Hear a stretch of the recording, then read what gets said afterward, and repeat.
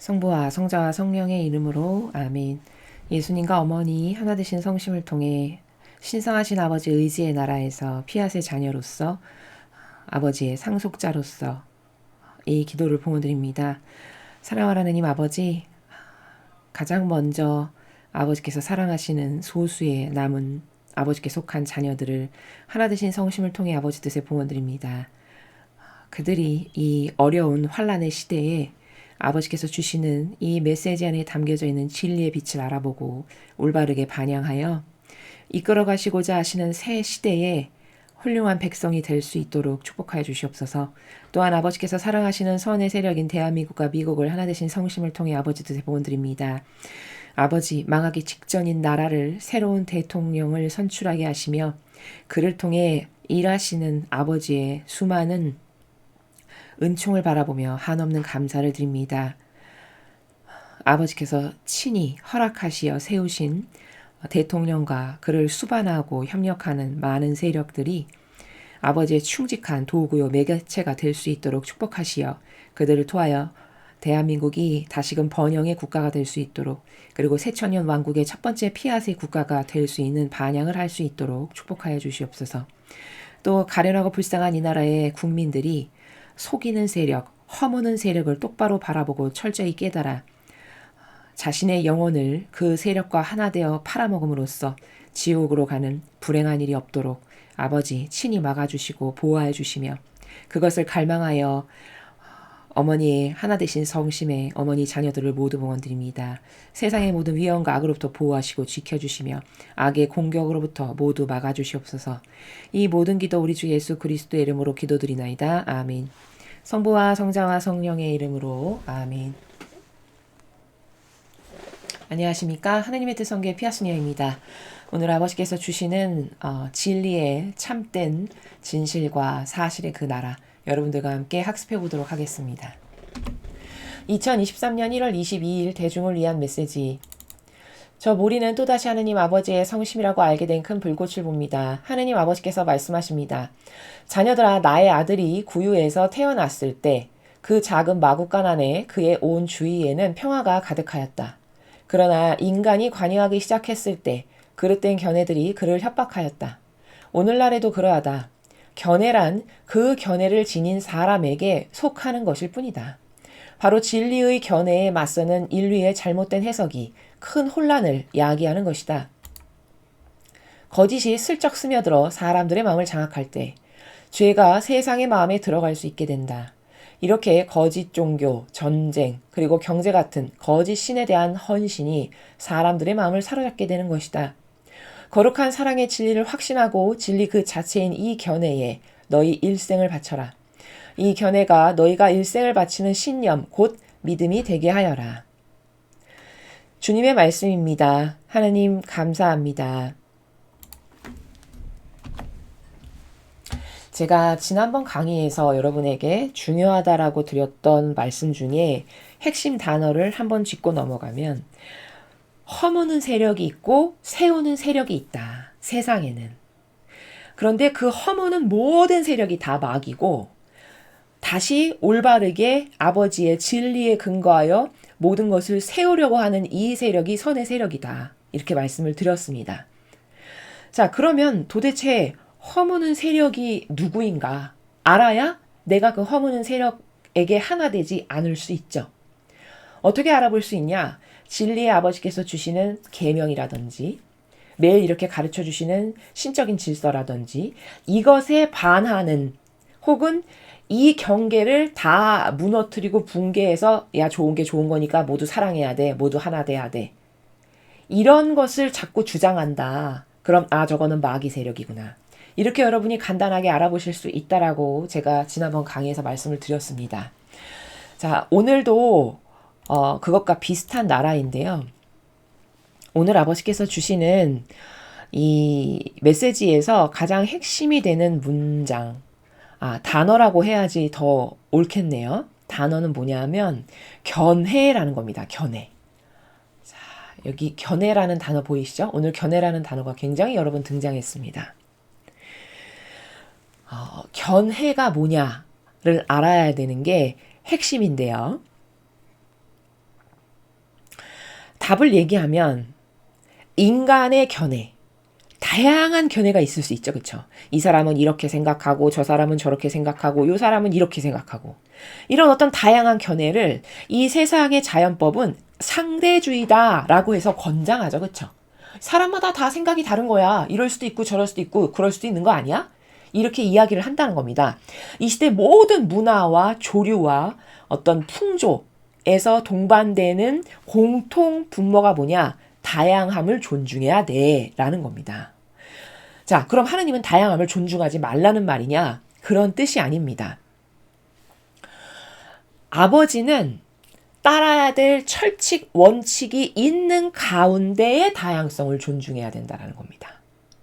그런데 세상은 교묘하게 이거를 약간 변질시키기를 따라야 될 철칙? 야, 그거는 사람을 억압하는 거고 지금이 무슨 절대 왕정도 아닌데 그런 거 필요 없고 사람은 다 견해가 다른 거야. 그러면 병든 인간의 기호와 정서와 경향으로 들었을 땐 그렇지? 얼마든지 이렇게 생각할 수 있겠죠. 그렇죠? 그러면 무질서로 가득한 거죠. 이게 어떤 거냐? 제가 자주 드는 비유 중에 강남 한복판에 8차선 도로를 다녀야 되는데 거기 수많은 차가 지나다니겠죠? 거기 만약에 신호등이 없다라고 생각해 보십시오. 그러면 사람은 어느 정도로 어리석고 멍청한 이야기를 자기가 주장하는 거냐면 거기 신호등 다 뽑아버려야 된다는 겁니다. 그 절대값 필요 없다는 거예요. 그 답답하고 나를 옥죄고 왜 강요해? 이렇게 한다는 거죠. 그거 다 뽑아버리고 이 사람은 이때 가고 저 사람은 이때 가고 그거 내 자유인데 네가 왜 간섭해? 이런 이야기죠. 이게 상대주의고 다양한 견해는 존중돼야 돼. 같은 나라입니다. 그럼 여러분 초등학생도 알 수 있습니다. 신호등 없으면 거기 못 다니지. 아마 5분도 안 돼서 사고 나거나 뒤 엉키거나 한 발자국도 나갈 수 없겠죠. 그렇죠? 서로 먼저 가려고 아우성치고 난리 나고 싸우고 아마 지옥의 아수라장이 없겠죠. 그러면 사람은 지금 그걸 좋다라고 한다는 거죠. 그런 절대성에 따라야 될 규칙 없이 모두가 다 존중돼야 되고 너만 귀하니 나도 귀하고 너만 인격이니 내 인격도 인격이고 이렇게 살아가야 되니까 그런 거 다 필요 없어서 그렇게 신호등 없는 8차선 대도로를 운전하고 가는 것과 똑같은 상태를 만들자고 주장하는 거죠. 그렇죠? 그럼 야 그건 큰일 날 일이구나. 야 큰일 날 소리다. 이렇게 이구동성으로 당연히 따라야 될 완벽한 절대적인 규칙과 질서야 그게 있어야 돼. 그게 우리 모두를 위한 거야. 이렇게 생각이 돼야 되는 거 아니겠습니까? 그게 진리라는 겁니다. 그 진리가 굳건하게 쓴 가운데 이 사람은 이런 아름다운 속성으로 선을 창조하고 저 사람은 저런 아름다운 속성으로 선을 창조하고 이게 다양성인 거지. 그런 절대성의 완벽한 진리의 기준도 없이 자기 멋대로 막 살고 방임으로 사는 게 야 이게 자유고 이게 행복이고 모든 인간은 존중받아야 돼. 이것을 교묘하게 병든 기호와 정서와 감성에게 전해서 아무것도 모르는 그 병든 감성밖에 없는 인간이 그럴듯하고 좋게 들려서 따라가는 형국. 그게 이 시대죠. 그렇죠? 그러면 여러분 8차선 도로에 신호등 없으면 5분 만에 거기는 아수라장 될 게 눈에 보이듯이 뻔한 일인 것처럼 나라가 그렇게 되면 그렇게 베네수엘라 같이 예를 들면 뻔하게 망하는 길이 펼쳐지는 거죠. 보지 않아도 다 알 수 있게. 이런 거라는 겁니다. 오늘 아버지는 지금 인간적 견해가 진리를 가로막는다라는 것을 가르쳐 주시는 겁니다. 자, 그러면 첫 번째 줄부터 살펴보겠습니다. 자녀들아, 나의 아들이 구유에서 태어났을 때 그 작은 마국간 안에 그의 온 주위에는 평화가 가득하였다. 이렇게 말씀하십니다. 자, 여기서 보아야 할 것. 자, 예수님이 그 작고 춥고 냄새나고 좁디 좁은 마국간에서 태어나셨어요. 근데 평화로 가득했대요. 아버지께서 그때의 그 환경을 묘사하여 우리에게 보여주시기를, 펼쳐서 보여주시기를 내 아들이 그 작은 마국간의 구유에서 태어났을 때 온통 평화로 가득했다. 이렇게 말씀하십니다. 자, 그럼 여기서 우리가 봐야 될 건 뭐냐면 여러분 이거를 그냥 그렇지 라고 막연히 생각하시지 마시고요. 이 일이 나의 일이라고 한번 생각해 보죠. 그래야 객관화가 잘 되니까요. 여러분이 아기를 낳아야 하는데 올 때 갈 때 아무 데도 없고 돈도 별로 없고 추위에 발발발 떨고 있는데 겨우 여관 하나를 변변한 여관 하나를 찾을 수가 없어가지고 말이 밥 먹는 말 구유에다가 신생아를 낳았어. 그러면 여러분 그때 마음 평화로우실 수 있습니까? 아마 열의 아홉은 슬퍼서 울거나 어쩜 내 처지가 이러냐, 세상에 아기 낳을 때가 단 한 군데도 없다니 세상에, 혹은 큰일 났네, 앞으로 어떻게 이 애기를 데리고 살아나가나, 이렇게 근심 걱정으로 우울하거나 침울하거나, 아마 별반 다르지 않은 그런 나라의 마음이 머물러 있을 가능성이 높죠. 근데 아버지는 온통 평화가 가득했대요. 그 당시에. 그러면 이거는 이런 평화가 가득했을 때는 인간적인 것에 집착되어 있지 않을 때만 평화가 가득할 수 있는 거죠. 그렇죠? 만약에 인간적인 것으로 가득한 우리 같은 인간이다. 그러면 걱정하거나 우울하거나 침울하거나 혹은 울거나 앞일이 너무너무 근심 걱정으로 두렵거나 뭐 이런 나라에 머물러 있겠죠. 그렇죠? 그런데 평화가 가득했다. 그러면 이 말은 무슨 뜻이냐? 예수님이나 성모님이나 요셉 성인이 전혀 인간적인 것에 집착되어 있지 않은 상태셨다는 뜻입니다. 그러니까 평화가 가득할 수밖에 없죠. 아버지가 모든 것을 다 배려하고 안배하실 거야. 언제는 우리가 이룬 거야? 언제는 뭐 우리가 한 거야? 다 아버지의 안배로 이루어진 거지. 다 아버지의 안배로 구세주가 메시아가 탄생하신 거고 우리가 이런 삶을 영위하는 거지. 내가 무엇을 이룬 게 뭐가 있어? 다 아버지의 뜻이 하시는 거지. 이것밖에 없는 거죠. 두 분의 마음 안에. 그럴 때만 평화가 가득할 수 있는 거죠. 그렇죠?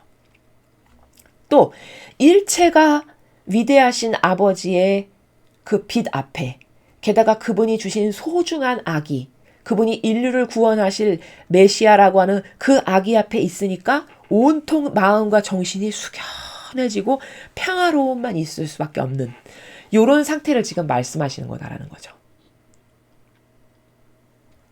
그러나 우리는 이렇게 지금 굉장히 척박한 환경이죠. 마국간에서 아이를 겨우 낳은 상황이라면, 이렇게 척박한 환경이라면 거의 대다수의 인간은 다 불안, 초조, 근심, 걱정으로 발발발발 떨고 있을 그런 처지였을 거다라는 거죠. 그러나 그 두 분은 온통 평화가 가득하고 거기 천사님도 내려왔을 거고 찬미 찬송이 울려 퍼졌을 거고 이런 온 우주 만물이 기뻐했을 거고, 왜? 이 인류를 구원하실 분이 태어나셨으니까. 이런 상태를 말씀하시는 겁니다. 이런 본질적 상태. 자, 그러면 인간 안에, 마음 안에 평화를 깨는 건 도대체 뭘까를 여기서 우리가 알 수 있죠. 욕심, 교만, 무질서. 무질서는 뭐냐면 하나 되어야 되는 것과 존중해야 될 어떤 이런 경계값이 없는 겁니다. 그래서 누구랑 하나 돼야 되는 건지, 누구랑은 존중을 해야 되는 건지, 하나 되어야 될 사람을 존중하고 존중해야 될 사람을 하나 되고, 이런 엄청난 무질서 가운데 있을 때 평화가 있을 리가 없죠. 그렇죠? 또는 순리를 따르지 않고, 즉 아버지의 뜻이 허락하신 순리를 따르지 않고 살아가는 인간적인 이 모든 속성이 다 평화를 깨는 그런 것이다 라는 것을 발견할 수 있습니다. 그러나 인간이 관여하기 시작했을 때 그릇된 견해들이 그를 협박하였다. 자, 예수님이 탄생하셨을 때 이렇게 열악한데도 불구하고 평화로 가득했어요. 왜냐하면 요셉 성인과 성모님께서는 인간적인 것에 지배받지 않으신 분들이 있기 때문에. 그런데 인간이 관여하기 시작하니까 어떻게 됐다라는 거예요. 그릇된 견해들이 그를 협박하였다.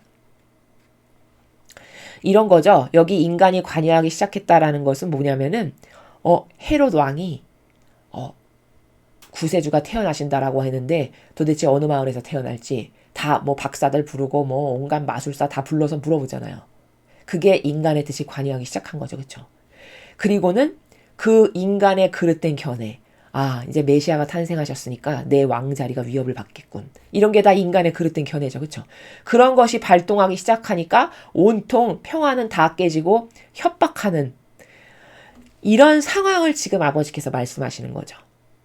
그러니까 여기서 중요한, 아까 제가 서두에 견해라는 단어를 오늘 잘 알아야 된다고 말씀드렸는데, 이런 견해가 뭐냐, 이게 바로 주석다는 나라, 재해석하는 나라입니다. 그러니까 진리에 근거하지 않은 인간마다 다양한 주석들이 있잖아요. 자기의 의견을 내는 것. 그리고 진리에 근거하지 않아서 자기 멋대로 재해석하는 거. 이게 다 그릇된 견해의 나라죠. 그렇죠? 그리고 우리는 이것을 이렇게도 표현합니다. 왜의 나라다. 왜의 나라가 뭐냐면 이유를 달 때 왜? 왜 그렇게 해야 되는데? 이렇게 말하죠. 그 왜를 말하는 겁니다. 이유를 붙이는 나라. 이게 다 그릇된 인간적 견해의 나라예요. 그러니까 주석을 달고 재해석을 하고 인간적 견해에 근거하여 왜라고 하는 그 나라가 다 그릇된 견해의 나라인데 이거는 예를 들면 예수님이 오셔서 왕직을 뺏으려고 하는 마음이 전혀 없으십니다. 그 눈에 보이는 인간적 왕을 뺏으려고 오신 게 절대 아니죠. 근데 헤롯 왕 혼자 추상과 상상의 나래를 펴는 거죠. 그렇죠? 야, 이제 큰일 났다. 내 왕자리는 위협받겠구나. 야, 그러기 전에 사내 아이, 몇 살 이하의 사내 아이 다 죽여버려. 이렇게 해서 죽여버리는 일이 실제로 일어나는 거잖아요. 그게 뭐 때문에 생긴 겁니까? 그의 그릇된 견해 때문에 생긴 거라는 거죠. 그런 인간의 견해는 그런 온통 헤롯 왕이 애꿎은 수많은 갓난아기들을 그래서 자기 견해 때문에 다 죽여버린 것처럼 이런 수많은 부작용과 죄악으로 가득한 것을 열매로 맺게 한다가 답이라는 거죠. 이해되시죠? 오늘날에도 그러하다.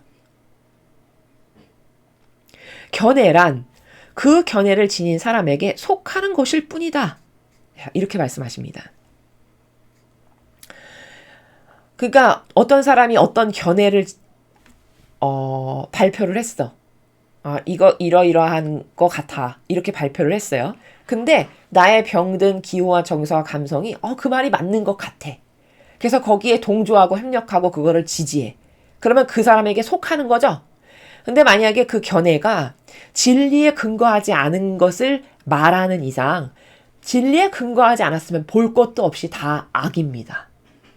아무리 인간적 기준으로 봤을 때 그게 옳아 보여도 그거는 저급하고 저열한 이론적인 차원에서 봤을 때만 옳아 보이는 거예요. 여러분, 인간이 다 죄라고 하는 게 죄가 아니고요. 인간이 죄가 아니라고 하는 게 다 죄가 아닌 게 아닙니다. 본질의 나라와 이 자연법에 우리가 살아가는 형상의 나라의 기준은 완전히 달라요. 이해되십니까? 그 기준이 다르기 때문에 어떤 게 사실 인간은 죄인지 죄가 아닌지도 잘 모릅니다. 자기가 지금 엄청난 죄악 가운데 있는데도 그건 별거 죄 아니라고 생각하고요. 자기가 맨날 죄라고 고백하는 것은 사실 별 보잘것없는 작은 건데 그건 엄청난 죄라고 생각하는 이런 부작용과 오해 가운데 살아가는 게 인간입니다. 그럼 그런 인간이 무슨 견해를 표출한다 한들 그게 맞겠습니까? 온통 오류와 부작용과 망상으로 가득하겠죠. 그렇죠?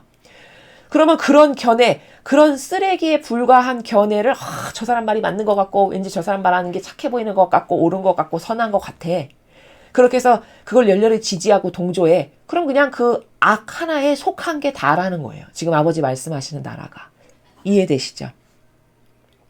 바로 진리의 견해에 맞서는 인류의 잘못된 해석이 큰 혼란을 야기하는 것이다.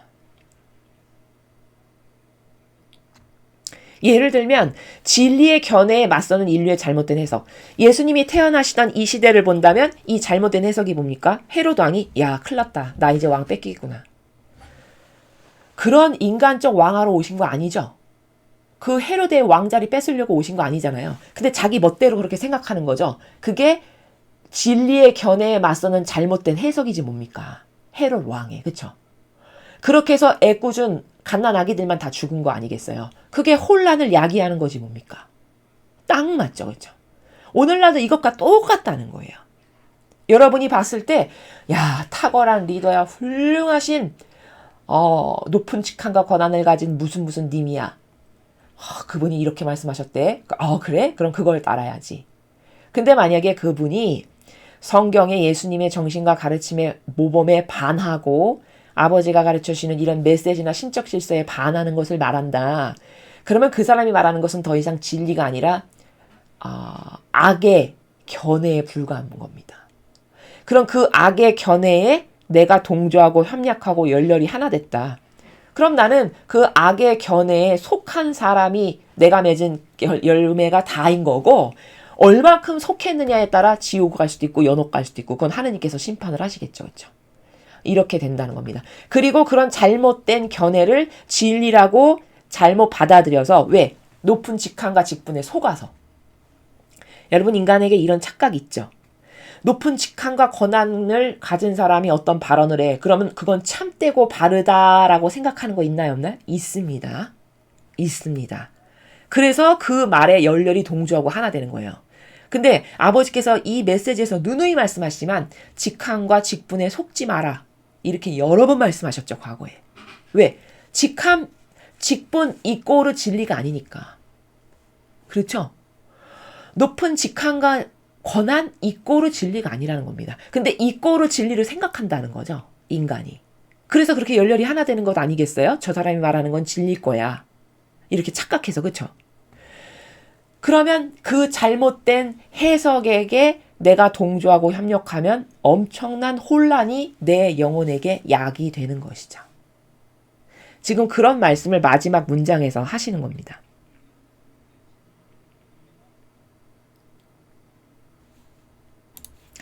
거짓이 슬쩍 스며들어 사람들의 마음을 장악할 때 죄가 세상의 마음에 들어갈 수 있게 된다.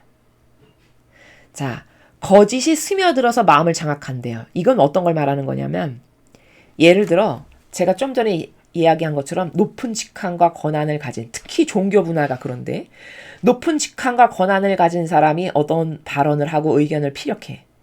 그러면 그게 성경에 근거하지 않은 발언이다. 그럼 그건 분명히 거짓이거든요. 근데 그 직함과 직분에 속으면 그 거짓을 마치 진리인 것 양 받아들이죠. 듣는 사람들이. 그럼 받아들이면 마음에 스며들죠. 그렇죠? 인간의 마음 안에. 그럼 마음을 장악하게 되겠죠? 그러면 이제 그때부터 그 마음에 장악한 진리가 아닌 거짓이 나를 지배하게 되죠. 나의 사고방식과 정신과 마음을. 그렇죠? 그러면 그런 사람이 1000명 있고 10,000명 있고 1억 명이 있다. 그러면 죄악으로 가득한 세상이 되는 겁니다. 말할 것도 없이. 지금 그런 상황을 말씀하시는 거예요. 여기 아버지께서. 그래서 세상의 마음에 죄가 들어간다라는 것은 그런 잘못된 견해, 진리에 근거하지 않고 성경에 근거하지 않고 예수님의 정신과 가르침과 모범에 근거하지 않은 견해, 즉 재해석, 주석다는 거, 이런 게 사람의 마음 안에 저게 저분이 말씀하시니까 참될 거야 해서 딱 받아들였어.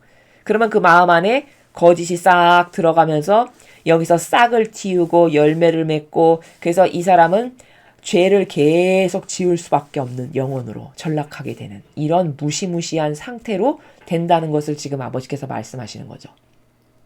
이렇게 거짓 종교, 전쟁, 그리고 경제 같은 거짓 신에 대한 헌신이 사람들의 마음을 사로잡게 되는 것이다. 자, 거짓 종교. 진짜도 있고 가짜도 있다는 거네요. 그럼 여러분이 봤을 때 거짓 종교는 어떤 게 거짓 종교입니까? 마치 저기 무슨 점치고 이상한 토속신앙, 사람이 봤을 때도 너무너무 누구나 다 이상하다라고 생각하는 사이비, 그런 것만을 여기서 거짓 종교라고 하는 게 아닙니다. 여기서 말하는 거짓 종교라는 거는 진짜처럼 보이는 사람을 속이는, 그러나 그 내면은 악인, 이게 거짓 종교입니다. 그래서 제가 거짓 교회, 거짓 종교, 이교도 이런 다양한 단어를 써서 여러분에게 설명을 하죠. 즉 예수님의 정신과 가르침과 모범하고 다른 걸 전하고 다른 걸 살고 다르게 가르쳐. 그런데 처신과 겉에 보이는 표양과 언변과 높은 직함과 권한을 가지고 인간을 속여 그거를 이꼬르 진리라고 받아들이게끔 해서, 그러면 그게 거짓 종교인 거죠. 그렇죠? 그 다음 전쟁. 이거는 총칼로 싸우는 전쟁을 말한다기보다도 선악의 전쟁이 아주 치열하죠. 이 마지막 시대. 그렇죠? 그리고 여기 경제라고 표현했는데 이거는 물질에 관련된 거, 돈이라든지 그런 기타 등등의 그런 것이 다 인간을 속이는 거짓 신이라는 거예요. 이런 것들이 그중에 몇 가지 종류를 지금 말씀하신 건데, 그 인간을 속이는 거짓을 헌신으로 받아들인다는 거예요. 헌신으로. 그러니까 이 말이죠. 거짓 신에 대한 헌신이 뭐냐면 악한 세력인데 진짜인 것처럼 속아서 착각하여 거기에 동조하고 협력하는 것을 거짓 신에 대한 헌신이라고 표현하신 겁니다. 그렇게 해서 사람들의 마음을 사로잡게 되는 게 마귀의 전형적 루트라는 거죠. 거룩한 사랑의 진리를 확신하고. 자, 너희가 이런 무슨 거짓 종교, 전쟁, 경제 이런 것을 거짓 신을 섬겨가지고 거기에 헌신까지 하게 돼서 너의 마음을 완전히 뺏기게 돼. 그러면 이 영혼은 좀 심하게 말하면 망한 거죠. 영혼의 관점에서 봤을 때. 그쵸?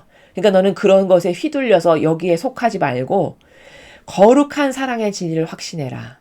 이 말인즉슨 네가 확신해야 될 건 무슨 돈, 높은 직함과 권한을 가진 사람이 말하는 거 그런 거를 확신할 게 아니라 거룩한 사랑의 진리를 확신해야 된다. 다시 말해서 아버지께서 이렇게 매일 가르쳐 주시는 메시지에서 말씀하시는 진실, 그거를 확신해야 된다. 또 성경에 예수님이 친히 보여주신 정신과 가르침과 모범, 그거를 확신해야 된다. 성모님께서 우리에게 친절하게 가르쳐 주시며 어머니의 모성적인 마음이 우리를 깨닫게 하시는 이런 진실, 너는 그거를 확신해야 된다. 이런 말씀이죠. 그렇죠? 그걸 확신하고 진리 그 자체인 이 견해에 너희 일생을 바쳐라. 자, 앞에서 말한 거짓 종교, 전쟁, 경제 같은 이런 인간을 속여서 사실은 악인데 진짜인 것처럼 속게끔 하는 것에 하나 되고 열렬히 동조하고 협력해서 이 거짓 신에 대한 헌신으로 일생을 살면서 시간 낭비, 돈 낭비, 인생 낭비, 영혼 낭비 하지 말고 너는 진리 그 자체인 이 견해는 지금 아버지께서 주시는 이 메시지를 말씀하시는 거죠. 이거는 똑같은 견해라고 표현하셨지만 여기서 말씀하시는 견해는 진리죠. 이 견해라고 표현하신 거는. 이 메시지에서 말씀하시는 아버지의 견해, 즉 진리, 그것에 너의 일생을 바쳐라. 일생을 바쳐라. 너는 이것만을 믿고 따르고 여기에 헌신적인 것이 돼야 되고 이것이랑 열렬히 하나 돼야 되고 그게 일생을 바쳐라라고 말씀하시는 나라입니다. 이 견해가 너희의 일생을 바치는 신념이 되게 해라. 이 견해, 이 메시지에서 주시는 아버지의 진리의 말씀, 아버지가 주시는 가르침, 정신, 아버지께서 말씀하시는 모범, 이 진리가 너의 일생을 바치는 신념, 믿음이 되게 해라. 너는 이 진리에 열렬히 하나 되고 협력하고 동조하고 이것만 믿고 이것을 따르고 이것에 근거하여 생각도 하고 행동하고 일상생활도 살고 이게 일생을 바치는 믿음이죠. 그렇죠? 그렇게 되게끔 해라. 그래야 네 영혼이 구원될 수 있다. 이런 말씀이십니다.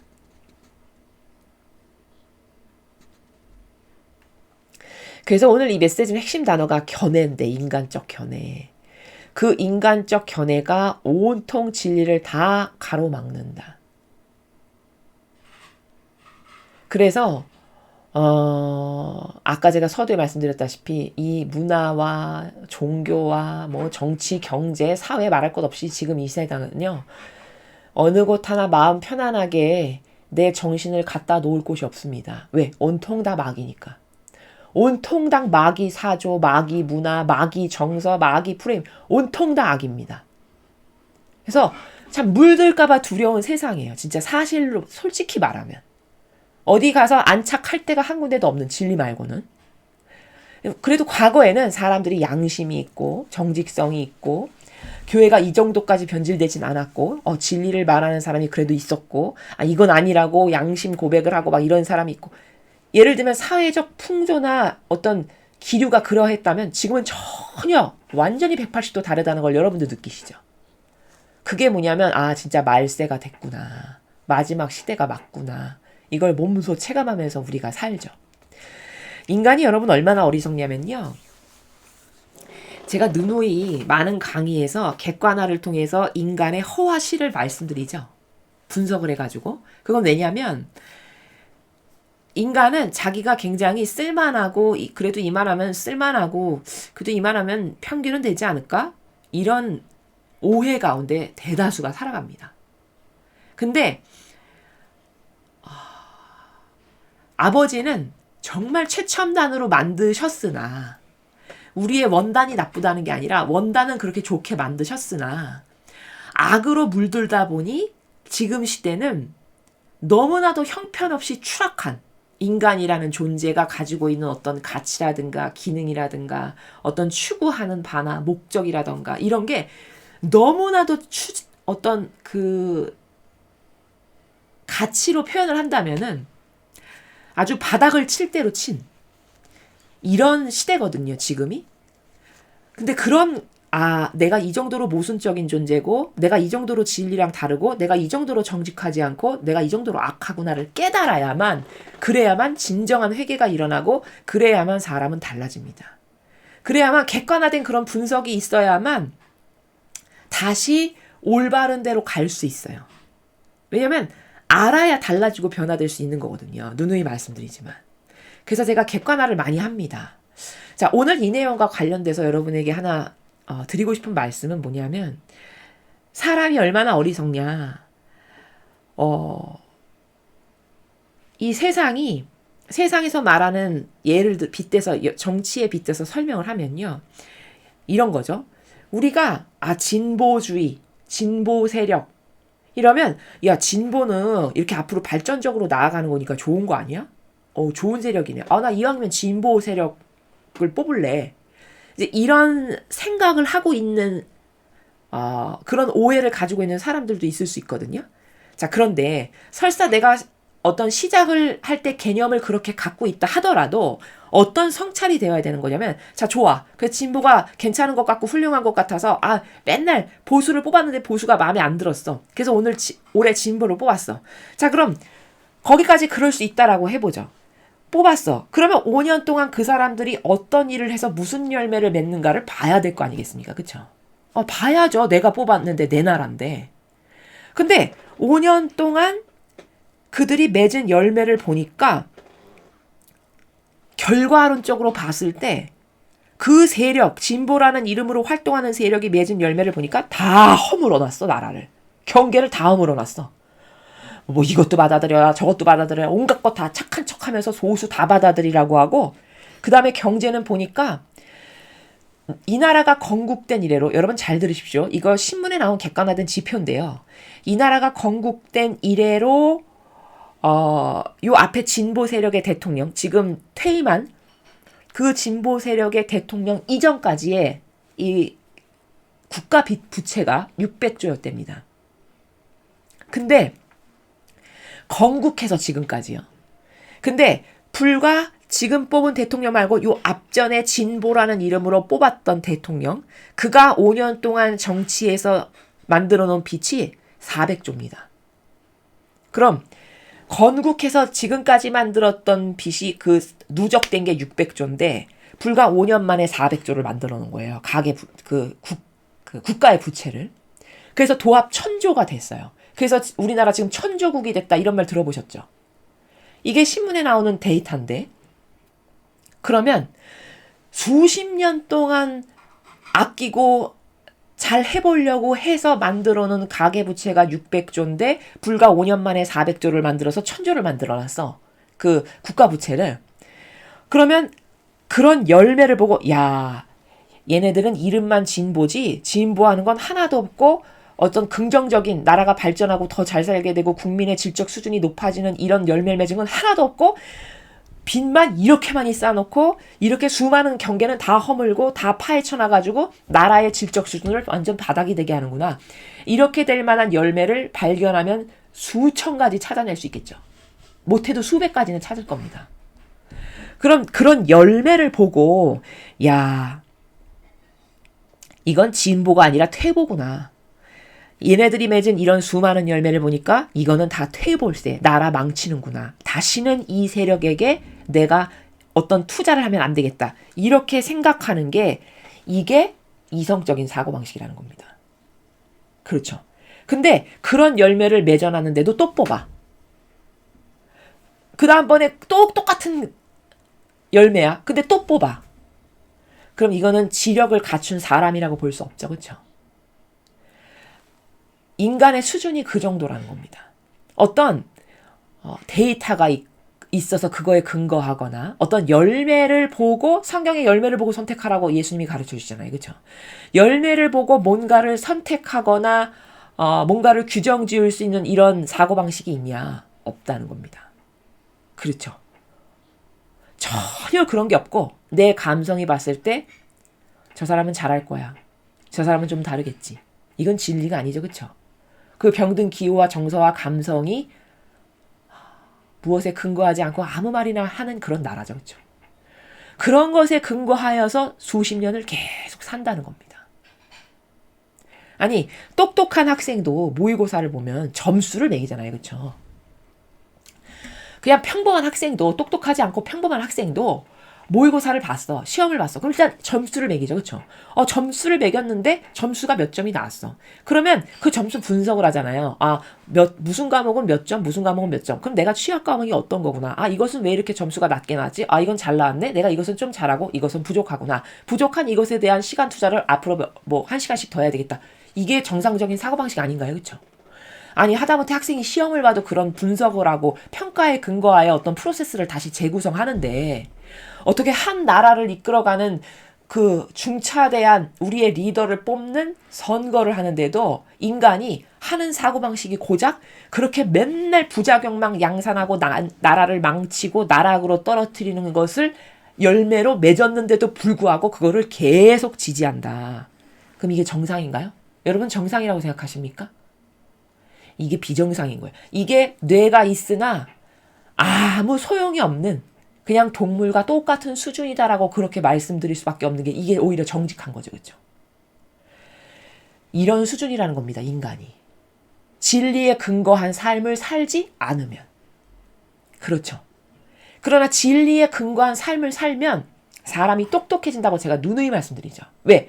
자꾸 그 진리에 근거하여 생각하려고 하고 그 진리의 기준이 있어서 그걸로 보려고 하고 그거에 근거해서 말하려고 하고 그거에 근거해서 분석을 하려고 하거든요. 진리를 자꾸 배워서 내 것이 되게 해주세요. 이 사고방식이 제 것이 되게 해주세요. 이런 갈망 가운데 노력하는 사람은 그 빛이 자꾸 영혼을 차지하고 지배하고 정복해서 사고방식이 자꾸 달라질 수밖에 없습니다. 그러니까 진리를 배우면 저 사람의 허와 실이 다 보여요. 저 사람은 지금 어디에 함몰돼 있고 저렇게 살다가는 앞으로 인생이 이렇게밖에는 열매 맺을 게 없을 거고 저 지경으로 가다가는 이런 부작용이 나오겠구나 앞으로. 이런 것까지 다 보인다는 겁니다. 무당이어서 점치는 게 아니고. 왜? 그 행동을 보면 그 행동의 열매가 어떨 것인지는 뻔히 유추가 되는 거니까. 이건 마치 점치는 게 아니라 학교 선생님이 학생을 오랫동안 가르치다 보면요. 쟤는 좋은 대학교 가겠다. 쟤는 중상위권 정도 가겠다. 쟤는 지방대도 못 가겠다.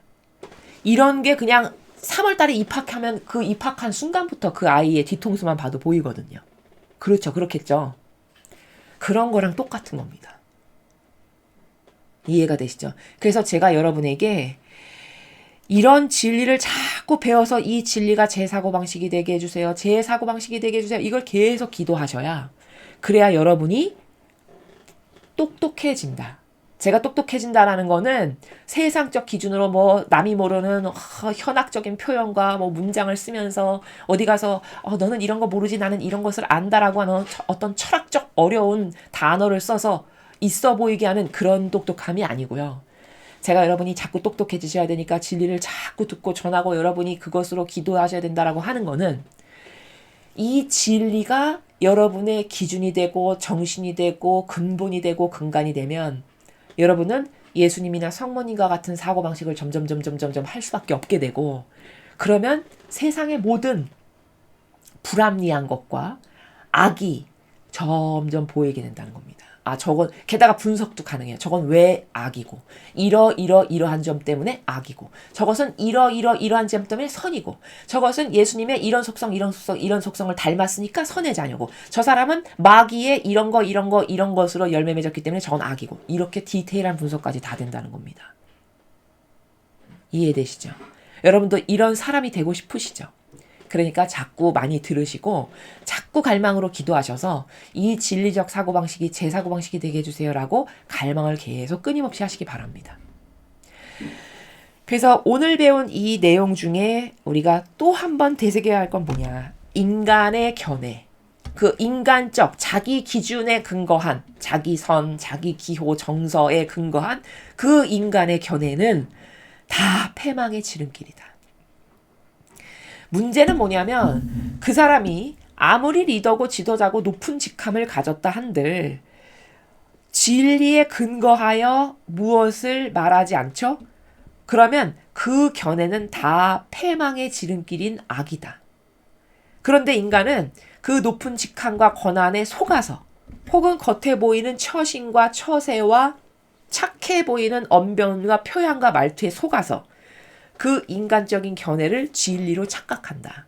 그래서 제가 서두에 말씀드렸죠. 높은 직함과 권한이 무엇을 말해. 그러면 그걸 이꼬로 진리를 듣는다. 그건 큰일 날 일이다라고 제가 누누이 말씀드리죠. 그렇죠? 왜? 그 인간적 견해가 절대 진리가 아니다. 그걸 진리로 알기 때문에 이 시대가 이렇게 불행해진 거다라는 겁니다. 그래서 인간의 뜻이 조작해서 만든 제도 전통은 역시 견해지 그건 진리가 아닙니다. 그러므로 그 견해는 당신 이거 따르시오. 절대 남에게 강요할 수 없어요. 이해되십니까? 인간의 뜻이 조작해서 만든 제도 전통은 다 악의 소산이고 패망으로 가는 지름길이기 때문에 감히 그거를 왜 너는 이거 안 따라 이거 따라 라고 남에게 강요하거나 그걸로 억압하거나 속박할 수 없다. 그건 절대 진리가 아니기 때문에 이렇게 여러분이 인지를 잘 하셔서 거짓 교회가 만드는 제도 전통을 왜 따르면 안 되는지를 제가 지금 마지막 여러분에게 말씀드린 그 멘트로 잘 이해하시기 바랍니다. 이 시대는 정신을 똑바로 차리고 내가 내 영혼을 수신하지 않으면 정말 영원한 패망으로 가기가 너무 쉬운 시대입니다. 여러분 이 말이 무슨 뜻인지 잘 아실 거라고 생각이 됩니다. 내가 정신줄을 똑바로 붙잡고 어떤 거를 붙잡아야 되고 어떤 건 놔야 되고 어떤 거랑 하나 돼야 되고 어떤 거는 절대 하나 되면 안 되는지에 대한 이런 분별조차 지금 안 된다. 이러면 지금 이건 심각한 수준이다. 지금 눈앞에 불기둥이 치솟고 있는데 불기둥 속으로 뛰어들어가고 있는 형국인데 아직도 내가 지금 그러고 있다라는 걸 깨닫지 못한다면 이건 정말 비참하고 가슴 아픈 일이겠죠. 그렇죠? 그래서 이런 내용에 대해서 여러분이 잘 인지를 하시고요. 여러분이 사랑하는 주변 사람들에게도 어떻게 해서든지 하나라도 더 그들에게도 전하고 알려서 한 명이라도 구해야 되지 않겠습니까? 다 아버지의 사랑하는 그 자녀들인데 그렇죠. 그래서 그러한 일에 여러분이 또 각자의 위치에서 동참하시는 그런 아버지의 자녀들이 되셨으면 좋겠습니다. 이상으로 2023년 1월 22일 대중을 위한 메시지 해설을 마치겠습니다. 감사합니다.